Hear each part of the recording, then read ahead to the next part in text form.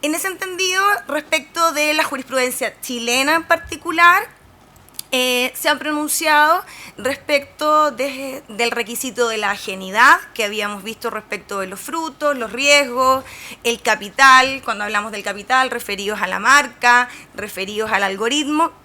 Sí, ese es un elemento que se ha considerado en los fallos, pero no operado, o en el fallo de Concepción entiendo que se puede ver, pero no opera este análisis como planteaba el profesor respecto de una tabla donde exista una mención respecto de los elementos que sí implicarían que el trabajador es independiente como para poder destruir los otros indicios. En ese sentido, la jurisprudencia no se ha expresado de manera clara. Respecto de la dependencia económica, los fallos nacionales únicamente han hecho mención a la relación de la exclusividad en la prestación de los servicios, pero también esa mención a la exclusividad para determinar la dependencia económica se ha efectuado de manera muy tangencial. De modo que no ha habido un análisis profundo respecto al cual nosotros tenemos que tener claro también que en nuestro sistema jurídico existe la posibilidad de que las personas trabajadoras tengan más de un empleador o empleadora. Por ende, es la forma en cómo se ha analizado la exclusividad no alcanza a ser determinante como para poder excluir la existencia de la relación laboral. En tercer término, respecto al control. Ese sí es un elemento que se ha desarrollado un poco más o que podríamos ver el desarrollo en el fallo de Concepción, pero este control ha sido estudiado, analizado, principalmente respecto del ejercicio del poder disciplinario y del poder de dirección, ¿ya? Pero tampoco se han considerado elementos de carácter específico de cómo se da la relación en la práctica. No se han considerado, por ejemplo, la existencia del know-how o la existencia de las sanciones, de cómo se ejercen las sanciones. La mayoría de los fallos, mencionaré después algunos casos en particular, respecto de la dirección específicamente, plantean que esta no concurre, pero refiriéndose o bajo el paradigma de el jefe presente en el lugar de prestación de servicio y dando la instrucción. O sea, se analiza, pero solo desde esa figura, no se hace un análisis un poco más amplio o una visión más abierta, por decirlo de alguna forma, porque existen otras formas de manifestar o en las cuales se puede expresar y revelar esta dirección. Respecto a la jornada, sí es un elemento que nuestros fallos han considerado principalmente para rechazar las pocas causas respecto de las que ha habido fallo, y en este caso se destaca lo que veíamos de que es la persona trabajadora quien aparentemente determina su jornada. Pero en esos casos no se analizó, por ejemplo, o no hubo prueba suficiente en los casos que les menciono, respecto de, está bien, la persona trabajadora elige la jornada, pero ¿la elige sobre qué? La elige sobre turnos preestablecidos, la elige sobre las posibilidades de elección específica que le otorga la plataforma dependiendo de su calificación, o bien la elige simplemente la cantidad de horas que quieras y en el momento que quieras. Esa determinación de la jornada se ha visto de manera genérica, entonces es como puede trabajar en cualquier momento cuando lo estime pertinente, ok, hay jornada. O bien entienden que como la persona trabajadora elige sus turnos, por decirlo de alguna forma, no existe jornada preestablecida, por lo tanto se ha rechazado la existencia de laboralidad. Y por último, otro de los indicios que se han considerado tiene relación con el lugar de prestación de servicios, específicamente con la zona geográfica del reparto o transporte, pero tampoco ha sido un elemento que se haya desarrollado lo suficiente como para estimar que la determinación de una zona geográfica en particular pueda significar subordinación. En términos generales, el único fallo que sí, que acogió o sea, que se pronuncia de manera más extensa o más completa respecto de la noción de laboralidad, sí desarrolla este paralelo entre ambos tipos de indicios y sí desarrolla el ejercicio del control de varias formas distintas, no con ese ejercicio del control directo que les planteaba yo, que es lo que acá no se da. Por su naturaleza, el trabajo en plataforma no va a tener al jefe dando la instrucción directa, sino que será el algoritmo el que va a entregar las direcciones de cómo se va a ejercer este trabajo en particular.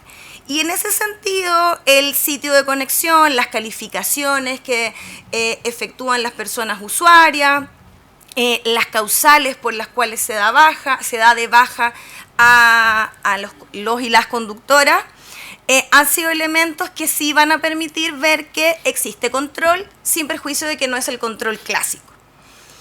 Ahora, en definitiva, la idea es destacar que para determinar el control no solo vamos a tener que ver estos elementos en particular que yo les planteaba o que se han planteado ya en el panel, sino que determinar si se restringe o no la libertad de la persona trabajadora.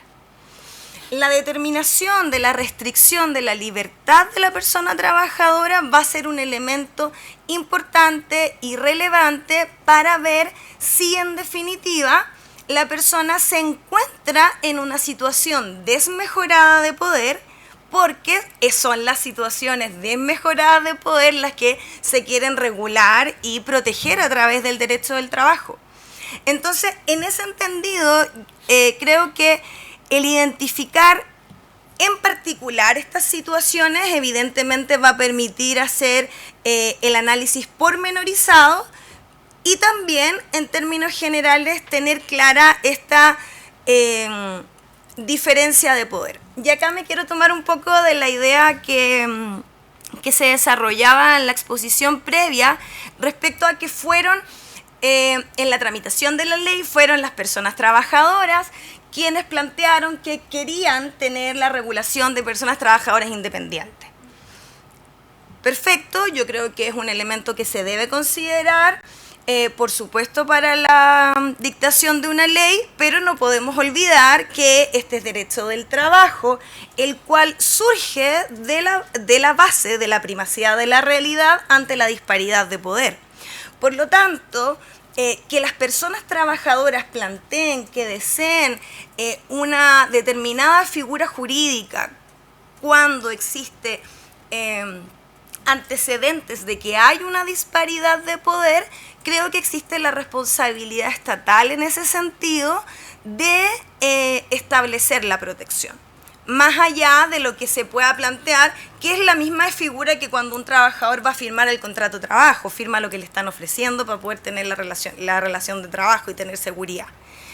Entonces, creo que lo que debería, o sea, que el problema actual sigue siendo el mismo que el de años atrás, que el problema actual no se resuelve con la dictación de la ley, de la nueva ley de trabajo en plataformas, e incluso creo que hay una responsabilidad, no sé cómo plantearlo, pero que hay una responsabilidad incluso del Estado, porque está validando esta necesidad de decirle a la persona trabajadora, ¿sabes qué? Es lícito que el empleador o empleadora determine de manera individual a qué regulación te vas a someter y serás tú quien va a continuar con ese peso de tener que acreditar la existencia de la relación laboral. Entonces, es un círculo prácticamente lo que se ha generado con esta norma, sin perjuicio que evidentemente se reconoce que en aquellos casos en que efectivamente se dé la figura del trabajador independiente, porque no concurran los indicios de laboralidad que ya han sido analizados por el profesor Sanguinetti, se estableció una protección, esa protección evidentemente es un avance, evidentemente debe ser valorado. A lo que yo quiero ir es a cómo en nuestro país la figura no ha sido acogida, por decirlo de alguna forma, no ha sido suficientemente desarrollada. Y respecto de la jurisprudencia tampoco ha tenido, no sé si la oportunidad, en atención a tantos acuerdos que hubo en las causas de esta materia, no ha tenido la oportunidad de pronunciarse haciendo este análisis completo y viendo las distintas manifestaciones en que se expresan estos indicios que podríamos haber llamado clásicos y que ahora los vamos a distinguir como indicios modernos. Por último, tener presente que respecto de esta ley, la Dirección del Trabajo dictó un dictamen en materia de, interpretando evidentemente la norma, y establece una interpretación donde precisa, señala, enumera algunos elementos que podrán ser calificados como antecedente o como indicio de la existencia de la subordinación y por lo tanto de la laboralidad, y hace una enumeración en particular, habla de que la empresa de plataforma sea la mediación de la mediación de la demanda por el consumo y los clientes que reciben las personas trabajadoras las maneje la empresa, ¿cierto?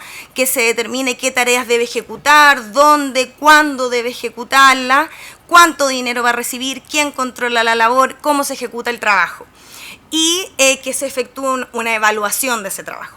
Esos elementos los establece la Dirección del Trabajo como indicios de laboralidad para la interpretación de esta ley.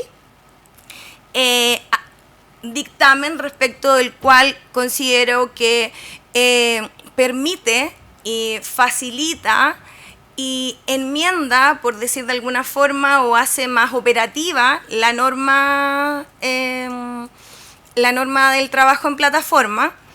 Y respecto de este dictamen, han recurrido las empresas de plataforma en un recurso de protección, planteando principalmente que la interpretación que hace la Dirección del Trabajo al determinar este haz de indicios, plantean que esta no tiene la facultad para poder expresarse o interpretar de esta manera, porque al precisar estos indicios se hace poco operativa o prácticamente se impide que se pueda aplicar la nueva ley con la figura del trabajador independiente. La Corte de Santiago ha resuelto y plantea que sí es una facultad la interpretación, que la Dirección del Trabajo no ha hecho más que implementar, encontrándolo dentro de sus facultades, y que es absolutamente lícito este acto administrativo que otorga estos elementos que van a calificar la laboralidad, en definitiva. Y a este respecto, solo tener presente que la interpretación de la Dirección del Trabajo avanza, subsana y permite que esta posibilidad que yo planteaba al principio que tiene la empleadora de determinar cuál es el estatuto jurídico que va a aplicar, esa posibilidad, evidentemente, al existir este dictamen de la Dirección del Trabajo, va a estar más restringida por la posibilidad, evidentemente, de la fiscalización de la Dirección del Trabajo. Entonces, es una forma, dentro de sus facultades administrativas, de poner ciertos límites a esta figura legal que se ha creado y que en definitiva no resuelve los conflictos de las personas trabajadoras. Eso es por mi parte, no sé cómo estoy de tiempo. ¿Sí? Perfecto. Vale. Gracias. Muchísimas gracias.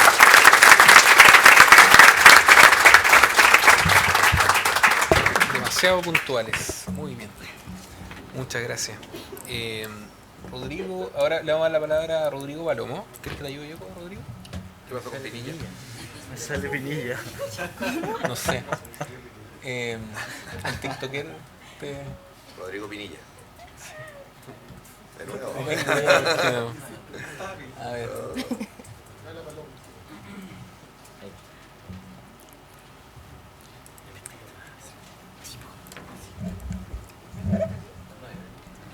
Muchas gracias.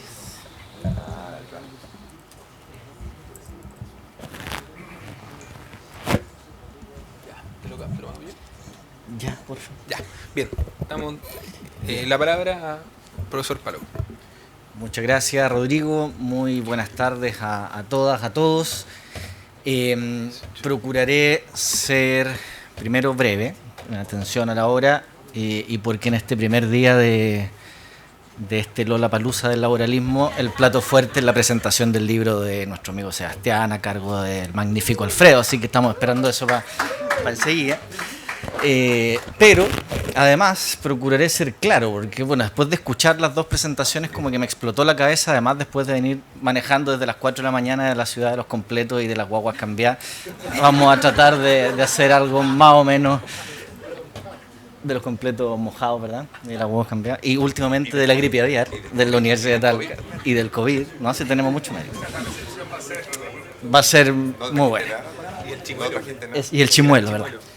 Pero bueno, vamos a lo que nos convoca, hablar un poquito sobre el trabajo de plataformas y sobre lo que ha implicado el trabajo a través de plataformas y en nuestra particular manera la vía chilena de aproximación al trabajo a través de plataformas en sus distintas aproximaciones. Hoy día hemos escuchado un poco la valoración y las percepciones que hay respecto de la regulación legal, de la aproximación administrativa, de lo que han hecho los tribunales. Se nos ha olvidado también mencionar lo que han hecho las organizaciones de los trabajadores respecto de este tipo de trabajo y cómo han también incidido en estas discusiones. Así que la idea es que desde todas esas dimensiones podamos también, y por eso ese es el primer punto, comentar por qué el trabajo a través de plataformas ha estado presente, si no en todos, en casi todos los últimos seminarios, congresos, jornadas del derecho del trabajo, ¿verdad?, en los últimos 2-3 años, no solo en Chile, sino que en buena parte de los países que conocemos. Y eso es porque el trabajo de plataformas, que partió siendo un tema que podríamos llamar un tema boutique, un tema que le importaba a poquitas personas, que era una cosa exótica que aparecía por ahí, terminó siendo no tan boutique, terminó siendo una cuestión medular de la discusión del derecho del trabajo, y muy bien lo ha planteado hoy día el profesor Sanguinetti respecto de lo que ha significado este debate para la evolución de la disciplina. No ha sido un debate arrinconado para un grupo de personas, pero así se ha pensado. De hecho, como infidencia, nosotros cuando postulamos el Fondesit con Alfredo y otros compañeros, la primera vez nos dijeron: este proyecto no puede ser financiado porque este es un tema no tema, esto no importa. No es una cuestión que le importe al laboralismo. Entonces nos hemos ido dando cuenta que en definitiva el trabajo a través de plataformas es casi una excusa para hablar del derecho del trabajo y de sus dos preguntas centrales: definir el qué proteger, cuál es el trabajo que debería ser protegido por el derecho del trabajo como una primera cuestión, y una segunda cuestión que a veces olvidábamos porque nos concentrábamos en las fronteras, hasta dónde podemos extendernos con el derecho del trabajo en esa visa atractiva que creo que la Dani o Juan Pablo comentaba. Y es la segunda pregunta, el cómo protegemos. ¿Es necesario que toda la protección a los trabajadores venga desde el derecho del trabajo? ¿Podemos pensar también que tenemos un pariente al lado, amigo, que de repente se nos escapa, que es el derecho de la seguridad social, la protección social, ¿verdad? ¿Cómo esas protecciones se pueden ir combinando y llegar a, eventualmente, identificar distintos instrumentos de protección, distintas intensidades también de protección, dependiendo de las necesidades de cada uno de los supuestos? Entonces yo creo que ha sido bien importante volver sobre el trabajo a través de plataformas para tener este nuevo caldo de cultivo, para repensar el derecho del trabajo, sus fronteras y estas dos preguntas que nos hemos planteado. Pero no ha sido una nueva revisión como cualquier otra, porque no es la primera vez que el derecho del trabajo se revisa. Hemos tenido varias y algunas recientes. Algunos de los que estamos aquí hemos vivido más de una revisión del derecho del trabajo. Cuando en Chile se empezó a hablar de la descentralización productiva, se hablaba de la muerte del derecho del trabajo, ¿verdad? Y no se murió. Sigue vivito y coleando, ¿verdad? Pero tuvo que reajustarse en alguna medida, ¿verdad?, a estos nuevos escenarios. Y la idea entonces de esta nueva revisión es que también seamos capaces de incorporar todos esos elementos de esas revisiones anteriores, las cosas que funcionaron y las cosas que no funcionaron. Para casos como el chileno, y aquí voy a una cuestión que ya se ha dicho en esta tarde, el que intentemos solucionar los problemas que van surgiendo, en el caso nuestro, en el mundo del trabajo, con leyes, es una cuestión que ha estado desde que nació el derecho del trabajo, ¿verdad? Desde que aparecen las primeras leyes sociales hemos intentado solucionar los problemas a través de la ley. Y todavía no nos damos cuenta que la ley no siempre soluciona los problemas y que a veces la ley lo que hace es generar más problemas. Y nos ha pasado más de una vez.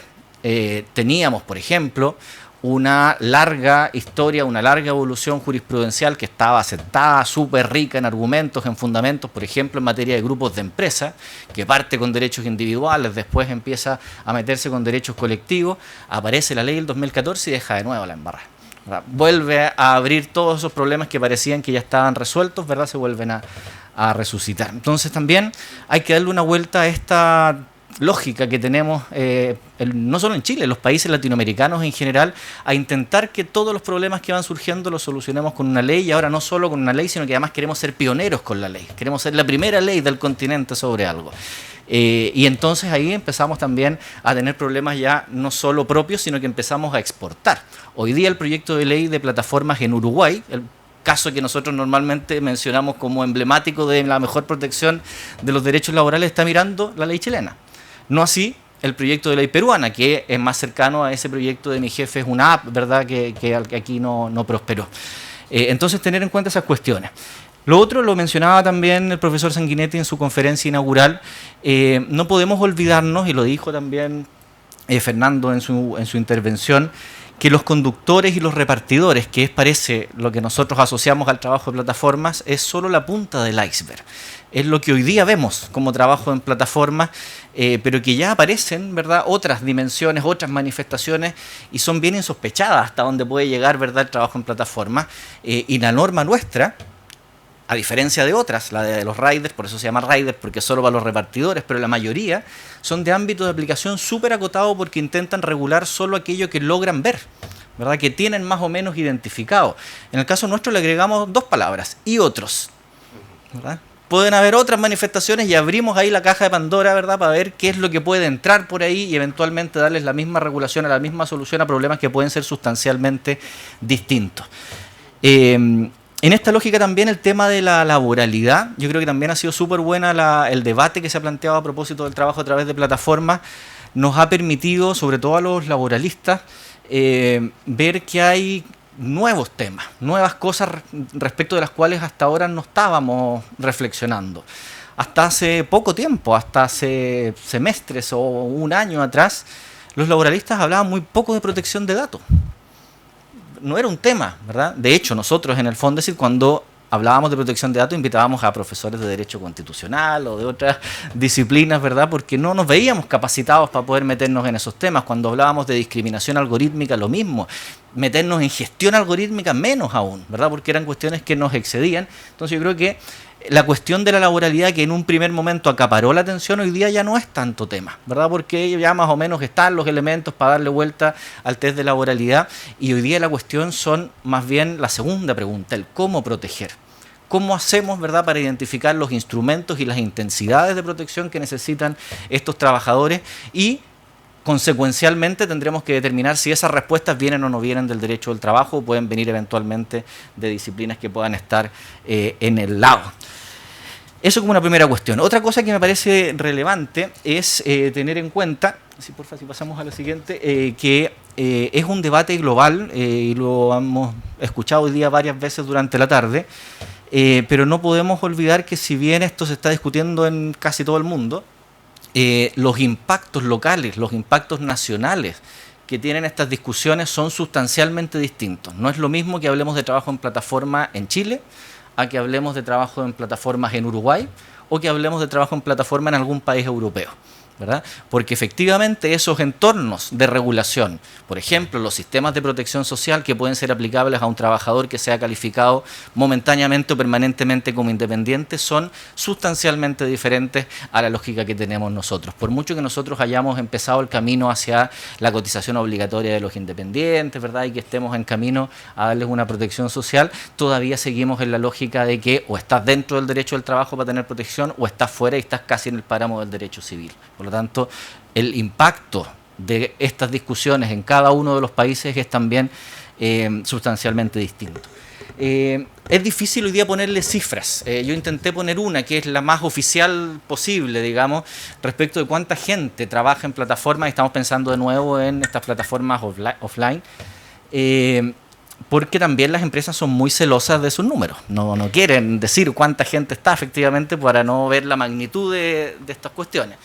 Pero la primera encuesta estadística, la encuesta nacional estadística, la INE experimental de junio del 2022, nos muestra que no es tan poca gente.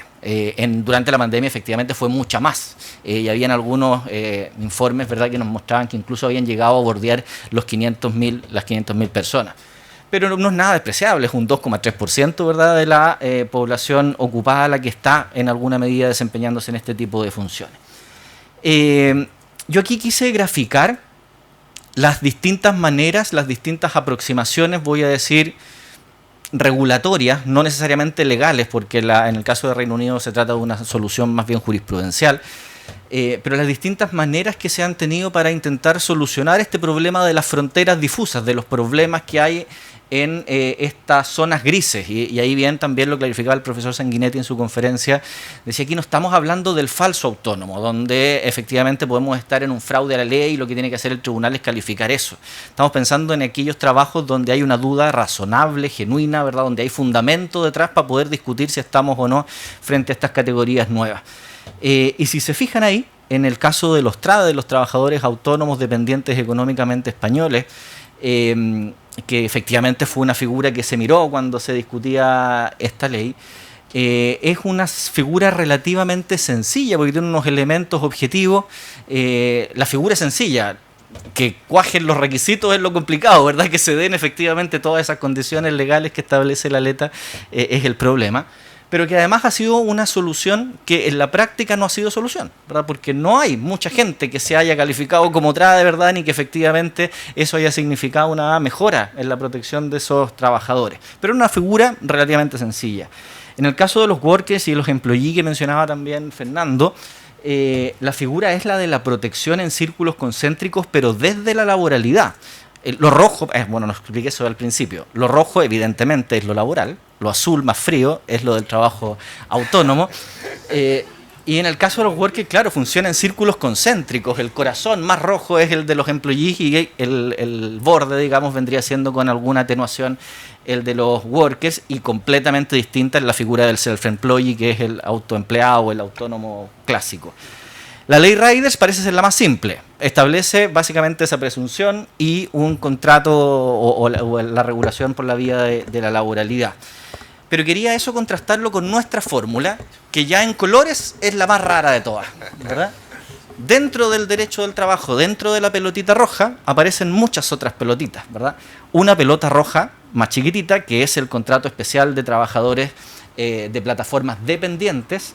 Al lado, ¿verdad?, la azulita es la de los trabajadores de plataformas independientes, pero que tiene arriba una pelotita amarilla, ¿verdad?, que son esos derechos, los sucedáneos de derechos laborales, que es como, no sé, el limón en botella. No es limón, ¿verdad?, pero es algo parecido al limón. Y luego una redondelita, ¿verdad?, que los cubre a ambos, que son esos derechos comunes o las normas comunes.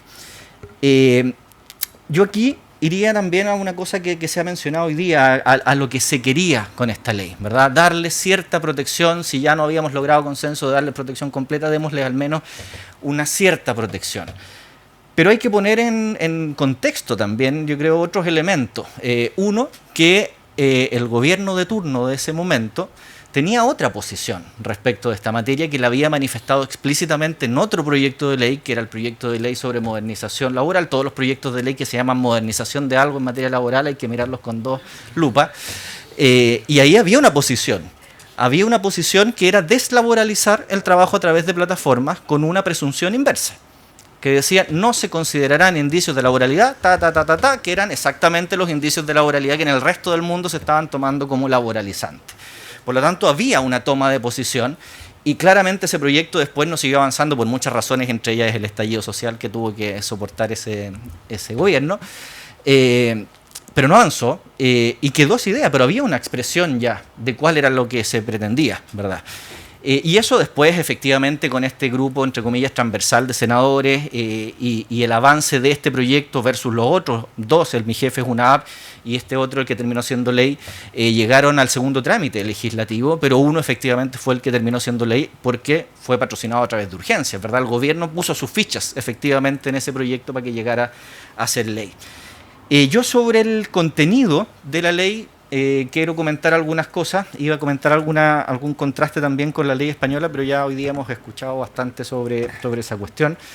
Pero sí quiero comentar algunas cosas sobre la ley, sobre lo que dice la ley, sobre lo que significa la ley, y como veo a varios colegas y compañeros laboralistas de las inspecciones del trabajo, sobre lo que va a significar la ley también en materia de implementación, que pareció dejarse en buena medida en las espaldas de la entidad administrativa.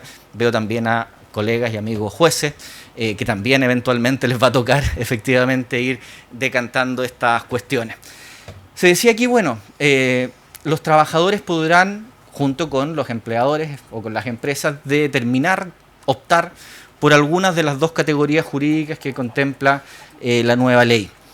Pero muy prematuramente, muy tempranamente, cuando se iba a empezar a aplicar esta ley en septiembre del año pasado, un amigo que está también presente en esta sala me manda un WhatsApp con esa foto, que era lo que estaba llegándoles a los trabajadores de una plataforma en particular, que creo que aparece ahí el nombre, sí, ¿verdad? Y donde no se les plantea una opción. No se les dice usted quiere ser dependiente o usted quiere ser independiente, usted se considera como una cosa o se considera como otra cosa. Lo que les dice es, firme aquí, porque estas son las nuevas condiciones que establece la ley para que usted desde ahora en adelante sea un trabajador independiente. Entonces esa posibilidad de, entre comillas, negociación, conversación, determinación en base a los elementos que hemos estado conversando hoy día, parece que no estuvo en la experiencia, ¿verdad?, de las empresas al implementar efectivamente esta norma. Y esto mismo pasó no solo en esta aplicación, sino que en varias otras. Por lo tanto, concuerdo absolutamente en lo que ha dicho Daniela hace algunos minutos atrás, en el sentido de que esta ley no solo no regula lo que debió regular, que era resolver el problema que tenía enfrente, sino que además complica efectivamente el escenario de aquí en adelante. Y lo complica por lo que significa efectivamente la implementación de esta norma. Primero, porque agrega elementos, pelos a la sopa, ¿verdad?, en esa determinación de la laboralidad. Establece, por ejemplo, un concepto de trabajador independiente de plataformas y una idea de coordinación bien ambigua, ¿verdad?, que puede ser efectivamente un elemento que termine incluso complicando la interpretación de lo que hoy día habían hecho las sentencias en este sentido.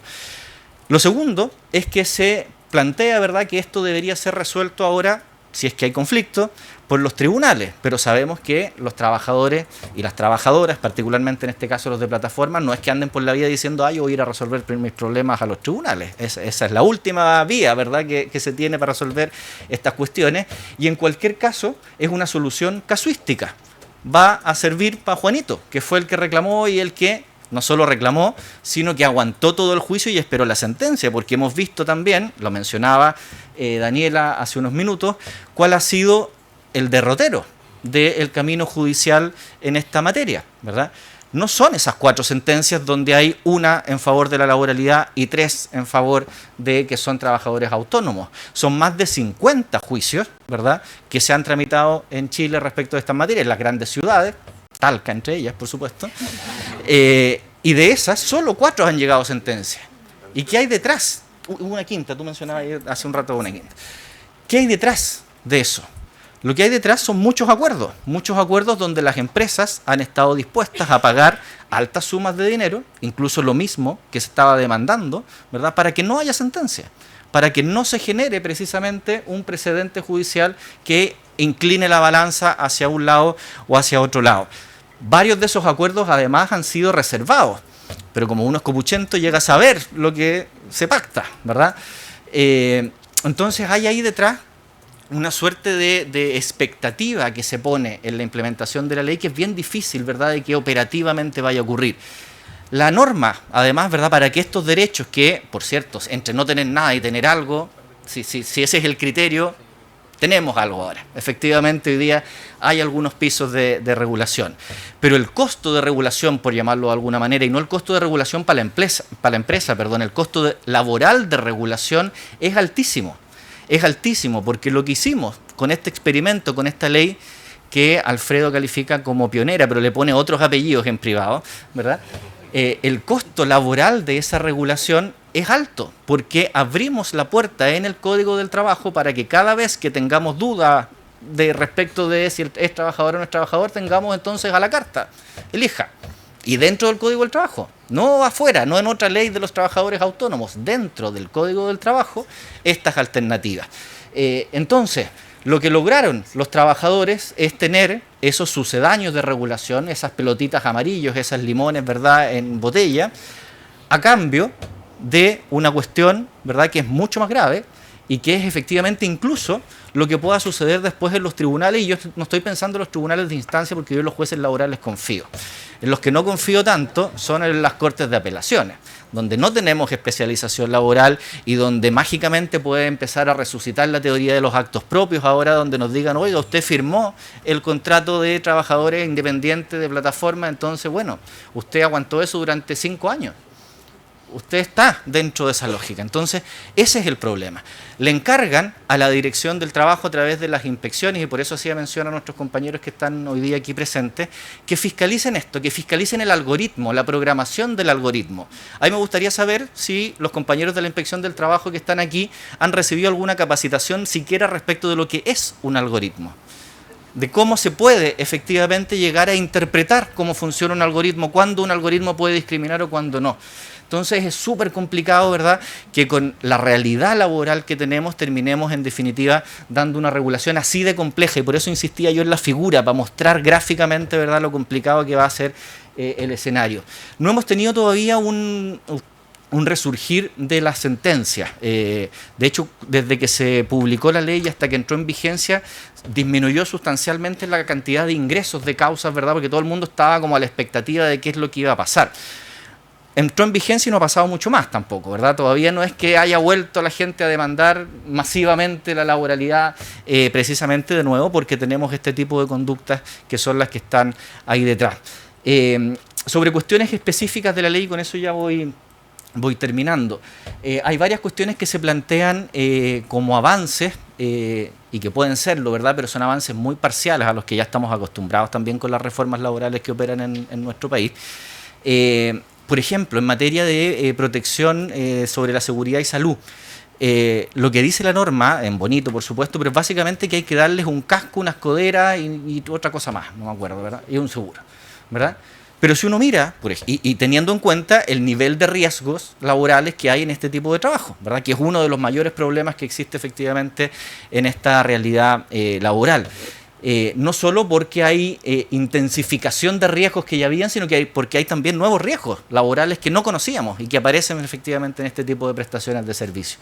Pero para eso lo solucionamos con cascos, coderas, ¿verdad?, y el seguro. Si lo miramos con una ley más o menos cercana, con la ley del teletrabajo y el trabajo a distancia, donde hasta reglamento le pusieron, ¿verdad?, una regulación profusa sobre esa materia, ¿verdad? Aquí nos conformamos con bastante poco, creo yo. Aparece de nuevo el derecho a la desconexión, un derecho sobre el que en el caso chileno nos ha instruido particularmente Rodrigo, ¿verdad?, y algunos otros que están aquí presentes hoy día, pero aparece solo para los independientes, para el contrato de trabajadores de plataformas independientes, porque pareciera asociarlo más bien a la idea de un descanso, el derecho al descanso, ¿verdad?, pero no son lo mismo.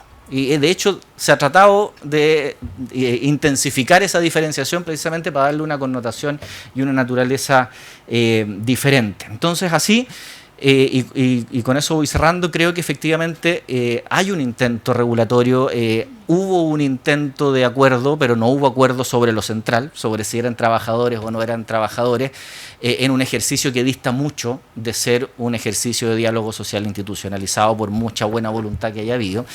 Y terminamos en definitiva teniendo una regulación que no soluciona lo que esperábamos que solucionara, ¿verdad?, y que eventualmente va a generar hartos más problemas de interpretación y de implementación que los que podemos siquiera imaginar.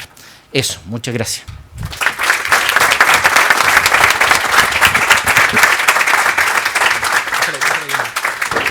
Bien, muchísimas gracias a todas las comunicaciones, a los ponentes. Me están mirando feo por el tiempo, pero yo no voy a mirar feo. No es por eso, no es por el tiempo que me están mirando feo, ya, es por otra cosa. Es por mí, está bien.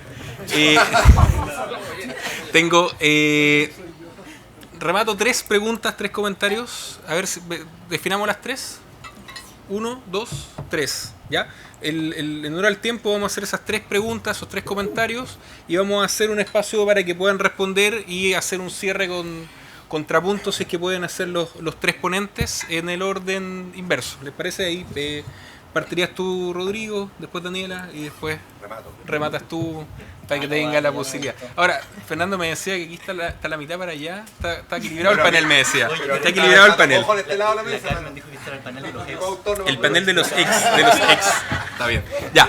Estoy haciendo el tiempo para que pueda llegar algún micrófono a... Perfecto. Cierra redondo ya para que pueda partir. Y tú y después acá. Sí. Es de Valparaíso, la causa error. 2021. O 602 del 2021. Esa es la quinta. Esa es la quinta. Perdón, Pero está bien. Es del 27 de abril y que es relevante porque es contra Uber. Es un número relevante de trabajadores que estaba como independiente, que solicita su calificación como dependiente, y en 138 hojas, el juez Tudela, titular de Valparaíso, califica la relación como independiente y no como dependiente. De las 188 hay que ser justo, de las 10 últimas se refieren sustantivamente al tema. Pero yo creo que es relevante esta discusión porque se reclamaba unidad económica y también el tema de existencia no racional. No escuché a Daniela si efectivamente había visto el rol ahí comentado, porque yo me mareé eso. Pero eso, lo dejo como aporte y lo primero la pregunta respecto de cómo lo ven desde el. Muchas gracias, Jorge. Le vamos a darle la palabra a Samuel. Samuel ahí levantado. Más adelante. Samuel.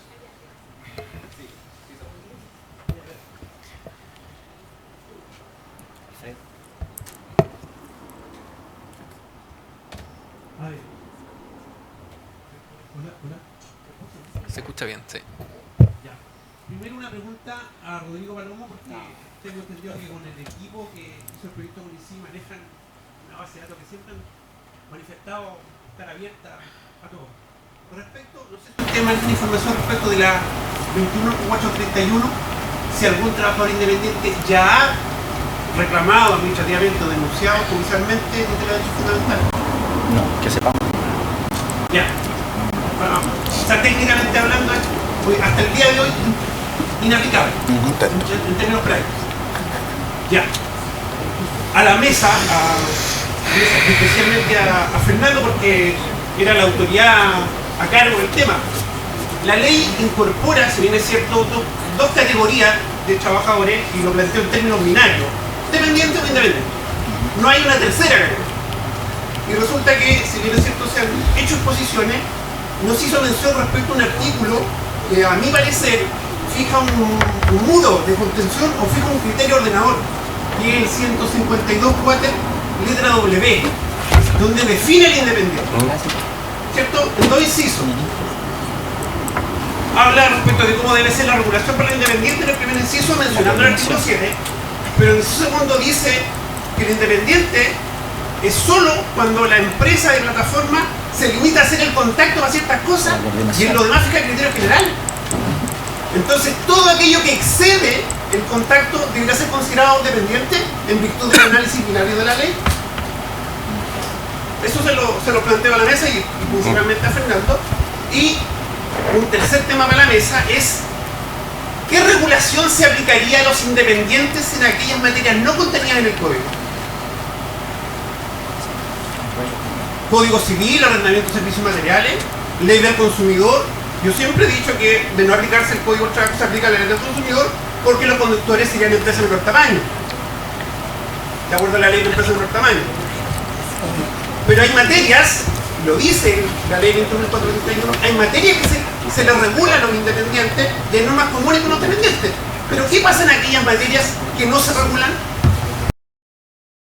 Va a haber un independiente, un conductor independiente, un repartidor independiente, una babysitter independiente, un profesor independiente, un mecánico independiente, un médico independiente, que son personas para aplicaciones, que van a ir al juez del trabajo a decirle: ¿sabe qué?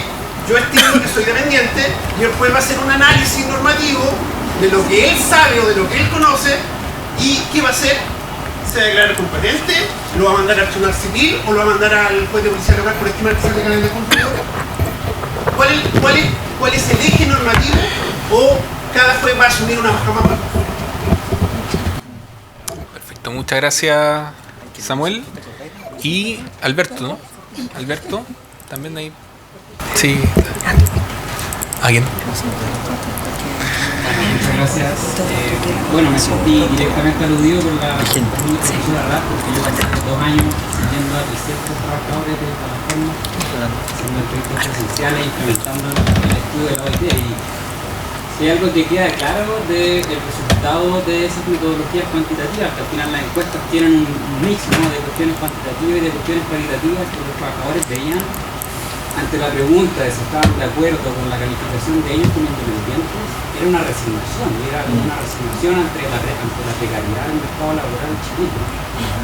Cuando estudiamos las trayectorias de esos trabajadores, la mayoría nos decían, bueno, estoy acá porque no soportaba a mi jefe en la pega anterior, porque me prometieron un contrato y nunca me lo hicieron, etcétera, porque estoy mucho mejor así que con un jefe. Muchos de los venezolanos, por ejemplo, prefiero ser independiente que estar con un jefe chileno con un contrato de trabajo. Pero cuando les hacíamos la pregunta, porque era una pregunta abierta, y yo tengo todo el Excel con las 300 respuestas, y ninguna de ellas, ellos decían, estoy de acuerdo con una cuestión normativa. Entonces, yo creo que, y es un problema, es una crítica que empezó con el derecho en general, no necesariamente con el derecho laboral en particular, es la falta de consideración empírica que nosotros tenemos, ¿no? Entonces muchas veces discutimos sobre la base de cuestiones que quedan en el aire. Cuando parte la tramitación del proyecto de ley Uber, los legisladores no tenían ni idea de cuántos autos había en Chile, ¿no? Manejando con esa aplicación. Y me pasó lo mismo con esto. O sea, no es una crítica, digo, al derecho laboral en particular, sino que al derecho incluso constitucional, que discutimos sin tener estudios empíricos, ¿cierto? Entonces, me pasa que parte a los que citaste, muchos de esos son hechos con datos administrativos provistos por las propias empresas. Entonces, yo que pasé 2 como tratando de acreditar esas cuestiones ante los comités de ética, me río. Y cuando solicitamos los datos de la Comisión Nacional de Productividad, eso no ninguna. Y cuando, claro, vi que que la respuesta ante esa pregunta, de esa encuesta, era una pregunta de resignación ante la precariedad, y era una pregunta de es un valor, pero en ningún momento los dependientes son incompatibles con la flexibilidad. Entonces, yo, el gobierno, etcétera, y el acuerdo político, no estoy dudando, pero creo discutir sobre la base de investigaciones empíricas mucho más sólidas, y eso es lo que me pasa, repito, no solamente en el derecho laboral, sino en todas las disciplinas. Ese es mi primer comentario. Lo segundo, cuando a la discusión proponiendo en Europa, Uber dice, yo no tengo ningún problema con decomodificar el trabajo. Cuando yo leo el como leer a Marx, así es como decir, de verdad esto sea como que los trabajadores con ciertas protecciones fundamentales mínimas no pueden quedan como quedan y dónde quedan, ¿no? Entonces claro, me pasa eso, que de repente, como decía el profesor Palomo, estamos gastando tintas y tintas en los indicios de laboralidad, donde más o menos creo yo hay un consenso en el derecho laboral de que a dónde vamos, ¿no? No veo ese como yo creo que la real frontera del derecho al trabajo y el río, y lo digo porque yo siempre me han dejado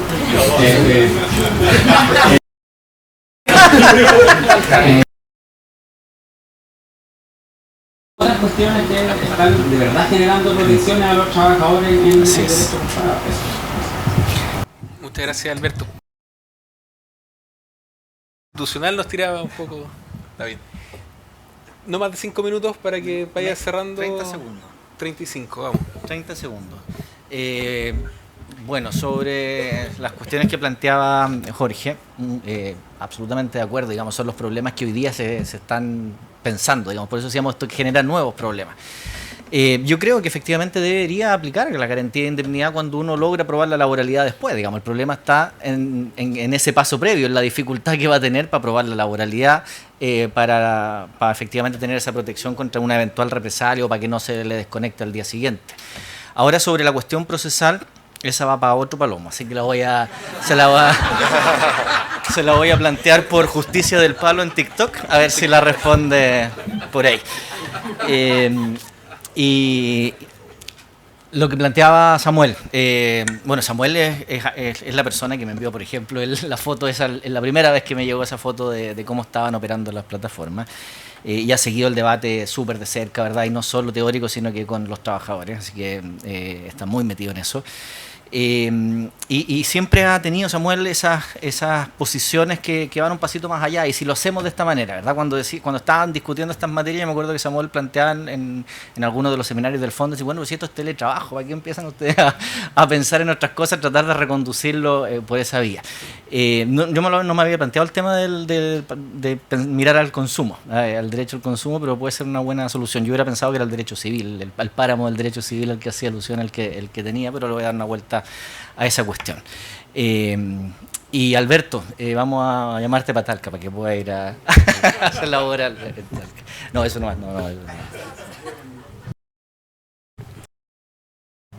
Bueno, respecto al primer comentario,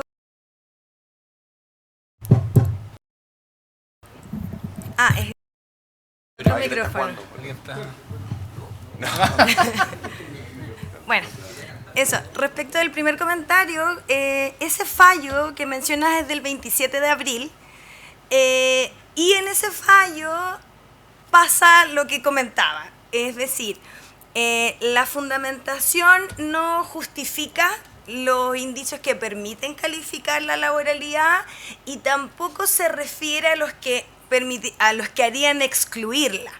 Ahí no hay un análisis particular de esos elementos, y en particular ese fallo, las apreciaciones o en la parte resolutiva se funda bastante en la libertad de acción, en que plantea que tienen las personas trabajadoras en ese caso, y se funda esa libertad de acción en la supuesta posibilidad de elegir a los pasajeros que tendrían, a las personas que van a ir en el transporte, que tendrían los conductores y conductoras, si hubiera. Entonces, en mi entender, ese fallo, si bien rechaza, se había presentado pruebas suficientes respecto de la cual una valoración tal vez un poco más completa o desde otra perspectiva, como plantea el profesor Sanguinetti, quizás con la tabla, hubiese dado una solución diferente. Eso, sin quemarme mucho. Y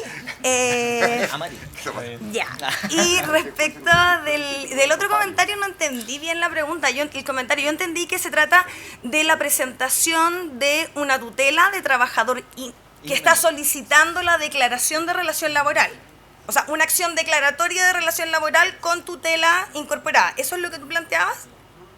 No, perdón, le pregunta atrás. Eso, Jorge. Melame. La pregunta era, un independiente presenta demanda de declaración de relación laboral. Ya. Y como está como independiente, por un lado, si eventualmente notificada la demanda, la plataforma lo desconecta, porque una especie de represalia en virtud de la notificación de la demanda. ¿Tú creerías, si creería el panel, que es plausible medidas cautelares Es que eventualmente evitando una desconexión de la plataforma, pero cautelar, teniendo en cuenta Sí. también facultades de administración? ¿Y cómo ven el tema de deber de protección de la administración? Ya, estoy pensándolo así como bien rápido. Yo entendería esa desconexión como un despido.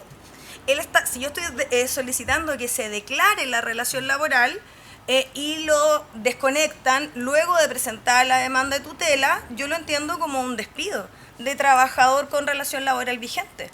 Entonces, evidentemente tendré que presentar, en mi entender, la acción que corresponda respecto del despido, en ese caso, Y ese despido para mí también es una indemnidad, porque es una represalia por la presentación de la otra demanda. Es para la cautelosa, para que no haya un despido. Como para no irnos por despido, planteas tú. No lo tengo claro. Sí, sí. Rodrigo.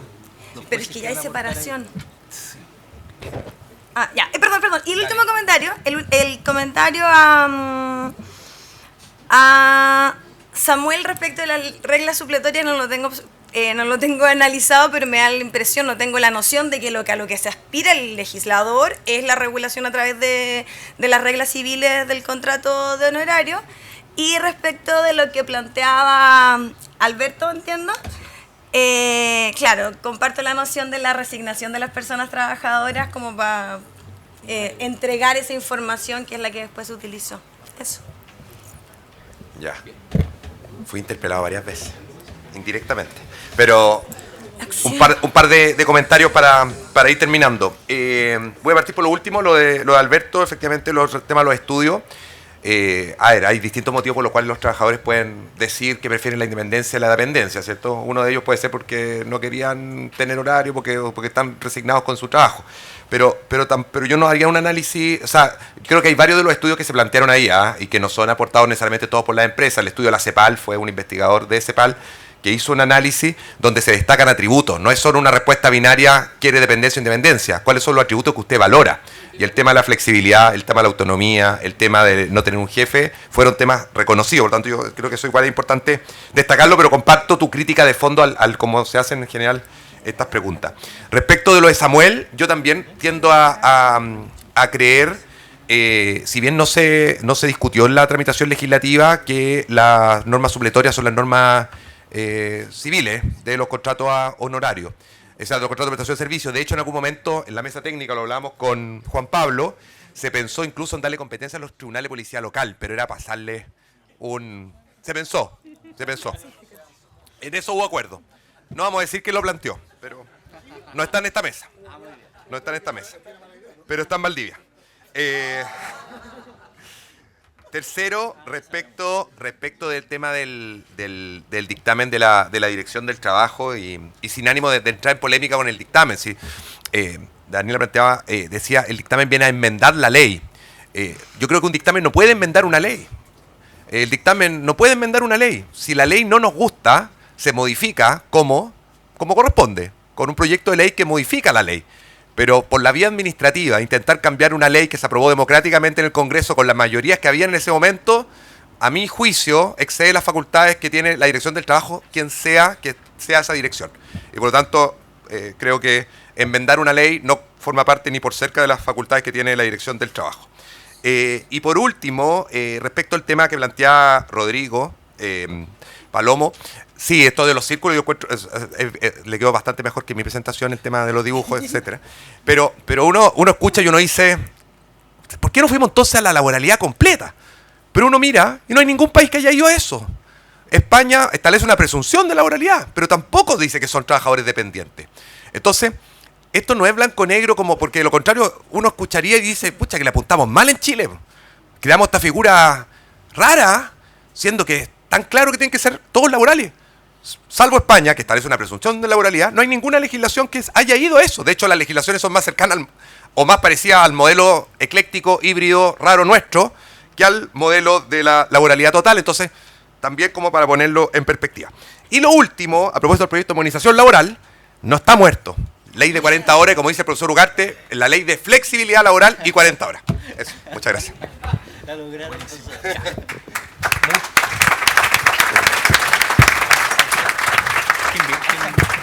¿Quién presenta? Bien, muchísimas gracias a todos los expositores y pasamos al plato de fondo de esta tarde. Profesor Sierra, para que... Profesor Sierra, le toca a usted. Se pare en la fe.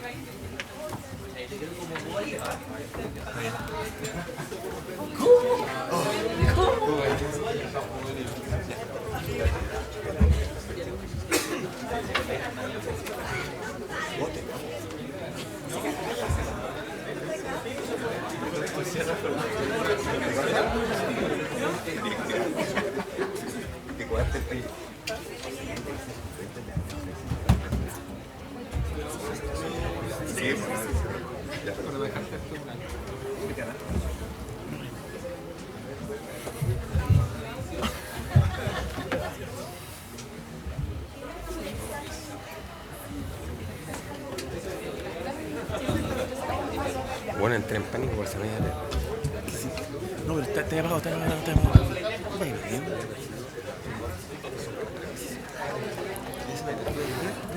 Continuando con la jornada, presentamos...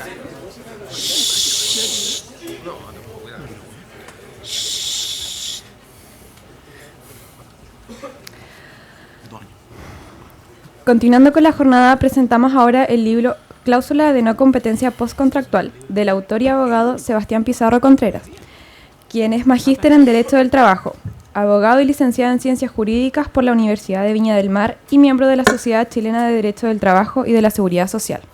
Invitamos a pasar adelante al autor de la obra junto a los integrantes del directorio de la Sociedad Chilena de Derecho del Trabajo y de la Seguridad Social, abogado Alfredo Sierra, quien será el presentador del libro, y a la presidenta de la sociedad, abogada Jenny Pinto. Bueno, yo creo que para nosotros como sociedad es un honor, porque creo que cuando los grupos de personas alcanzan un grado de madurez suficiente, cuando las personas más jóvenes empiezan a producir. No, si es joven jurista, joven jurista. No, ya no. Sí, todavía. Entonces, para nosotros es un honor.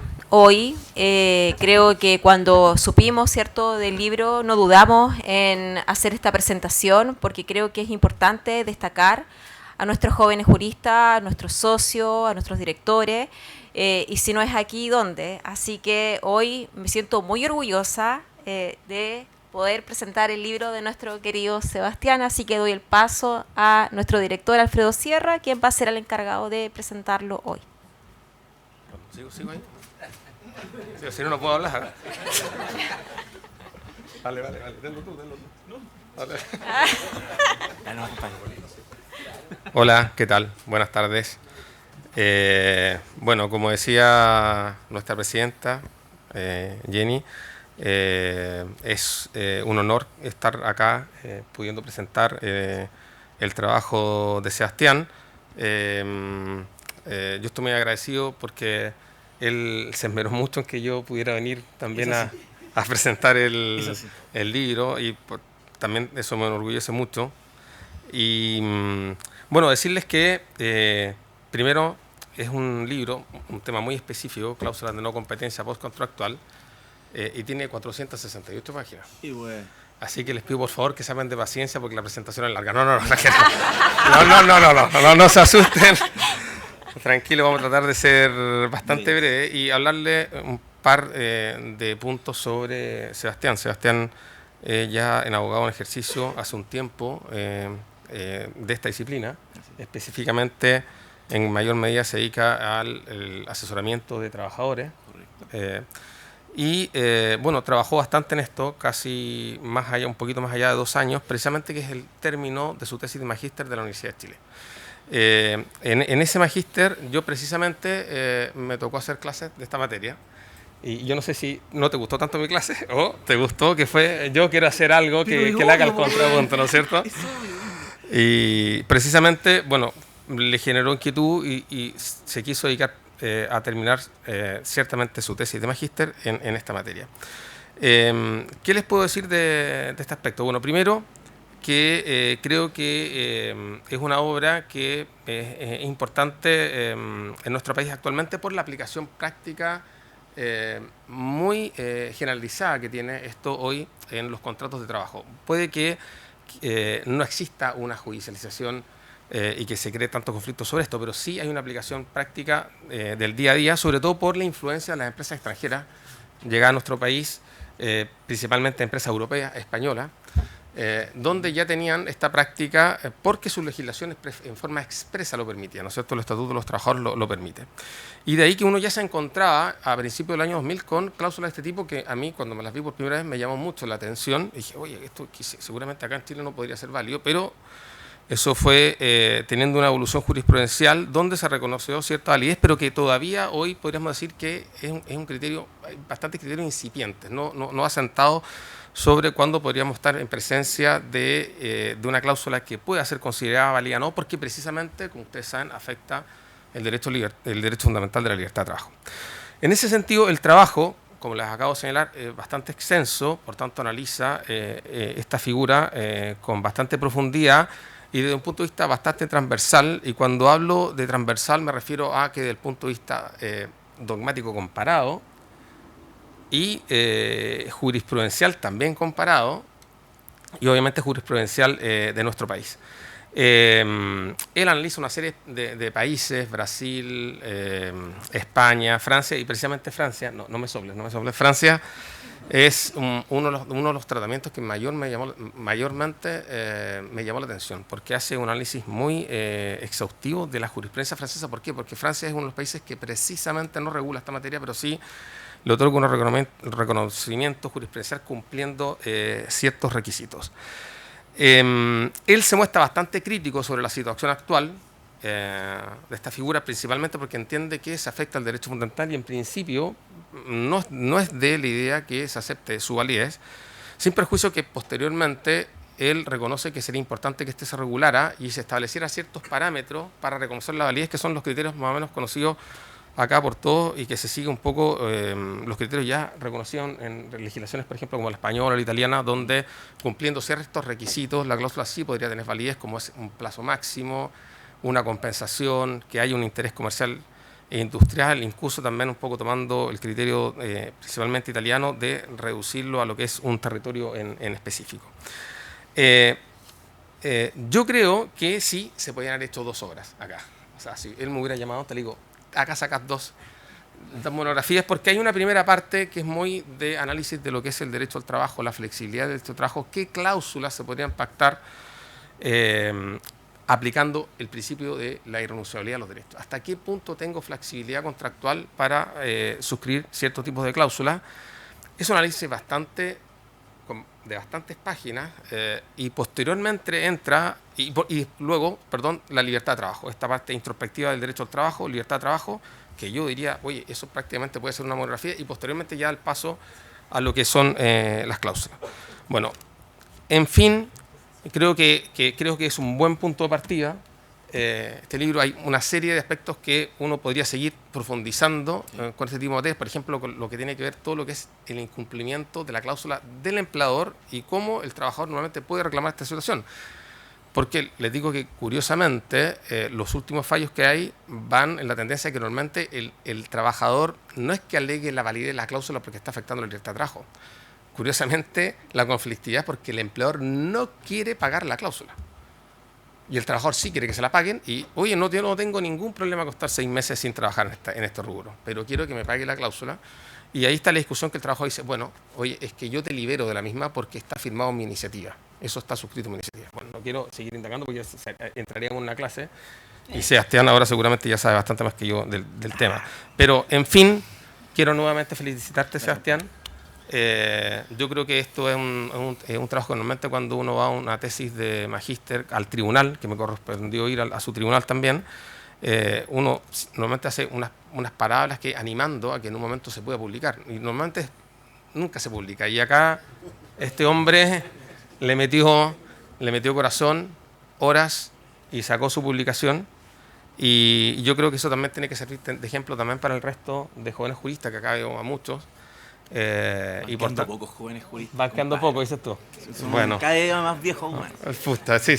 Bueno, yo nunca me he querido joven jurista, pero bueno. Y bueno, finalmente, enhorabuena, Sebastián. Muchas gracias. Creo que es un momento que tienes que celebrar. Sí, frente a todos los amigos acá de la sociedad, que tú eres director, perdón, tú eres parte de la sociedad y parte del grupo. Bueno, si quieres me puedes reemplazar. Bueno, felicitaciones. Gracias, padre. Muchas gracias.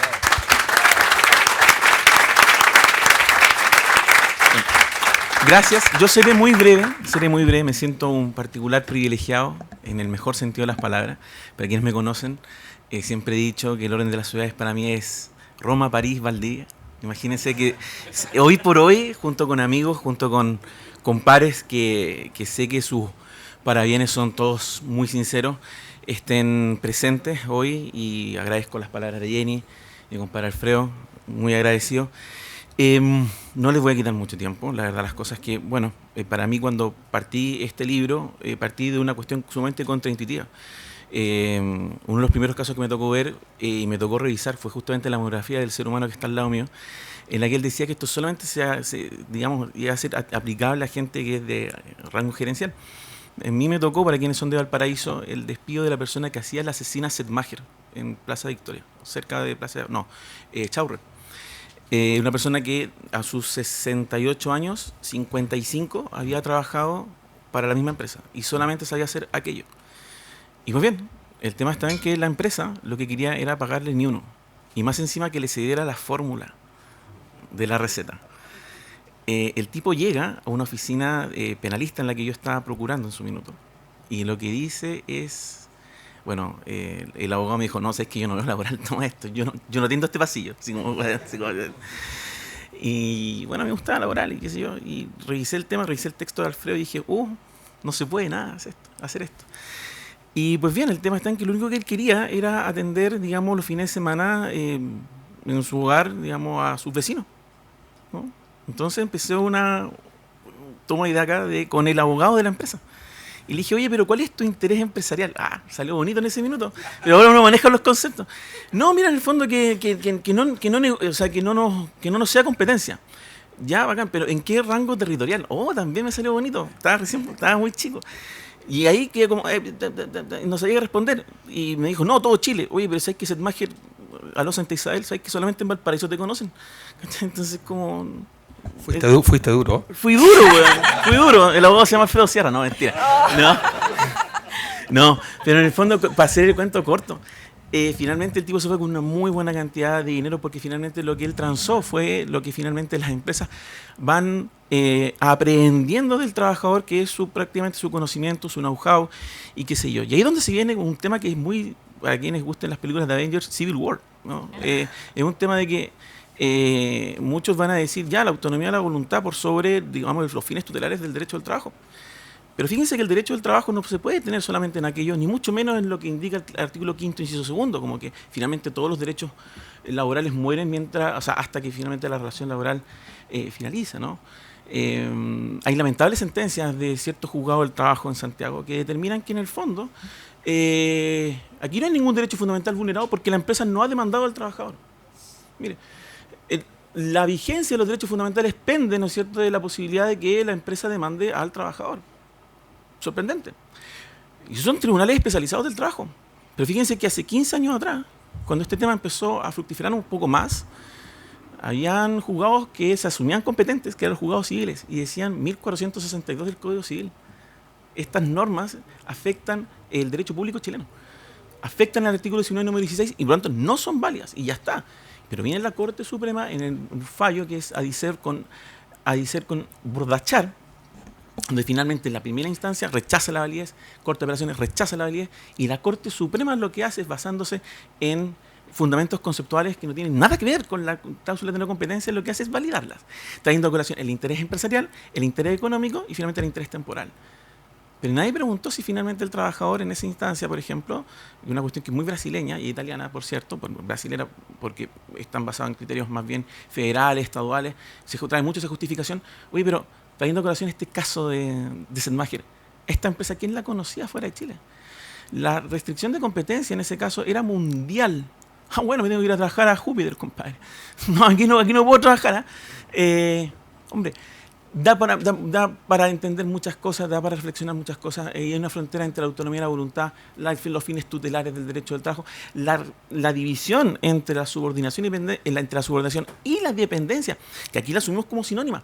No tiene nada de sinónima, porque ese trabajador post la relación laboral depende, si es que todo anda bien, de ese monto de dinero que debiera recibir con ocasión de su finiquito, y no durante la relación laboral, porque como dirían en Francia, la causa no sería postcontracto, sino que sería remuneracional, y por lo tanto el que paga mal paga dos veces, y eso es lo que ha dicho la Corte de Casación francesa.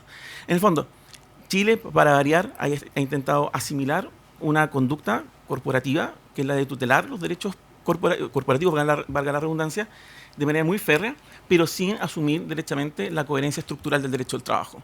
Que son cuestiones que se ha visto rigurosamente y reiteradamente en los fines de modernización, de reevaluación del derecho del trabajo de manera demasiado común, y se ha olvidado derechamente el fin último de esta rama, que es tutelar al trabajador. Y eso no existe. Muchas gracias.